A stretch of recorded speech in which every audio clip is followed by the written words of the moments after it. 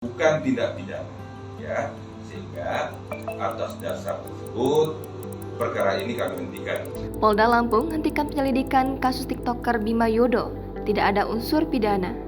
Hal tersebut dikemukakan dari Krimsus Polda Lampung, Kombes Doni AP, yang didampingi Kabid Humas Polda Lampung, Kombes Sahwani Pandra, dalam konferensi pers yang digelar di Mapolda Lampung pada Selasa 18 April hari ini. Sebelumnya, Bima Yodo Saputro dilaporkan atas kasus dugaan ujaran kebencian di dalam unggahan kontennya di TikTok yang mengkritik pembangunan di Lampung.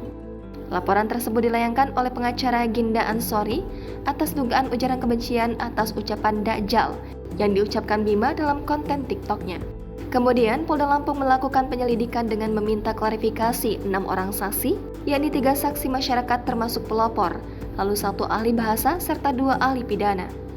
Hasilnya, para ahli menyebutkan bahwa kasus tersebut bukan termasuk ranah pidana, sehingga Polda Lampung menghentikan kasus yang dilayangkan terhadap pemilik akun TikTok Aubi Max Reborn tersebut. Itu kami telah melakukan klarifikasi atau memberikan keterangan terhadap 6 orang saksi yang terdiri dari 3 saksi masyarakat termasuk juga pelapor, kemudian 3 ahli, yang mana ahli itu daripada ahli bahasa 1 orang dan kemudian ahli pidana 2 orang.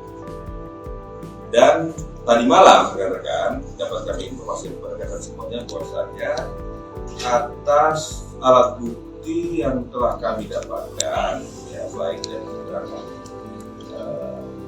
klarifikasi tersebut, kami melakukan sebuah perkara untuk menentukan apakah perkara ini dapat kami tingkatkan ke penyidikan atau tidak. Dan dari hasil gelar perkara yang telah kami lakukan tersebut, kami simpulkan bahwasanya perkara ini adalah bukan tindak pidana, ya, sehingga atas dasar tersebut perkara ini kami hentikan penyelidikannya. Ya. Kombes Pol Doni melanjutkan, pihaknya juga tidak menemukan kalimat lain yang dapat menimbulkan rasa benci ataupun permusuhan. Maka laporan ini tidak memenuhi unsur pasal 28 ayat 2 Junto, pasal 45A ayat 2 Undang-Undang RI nomor 19 tahun 2019 tentang informasi dan transaksi elektronik, pungkasnya.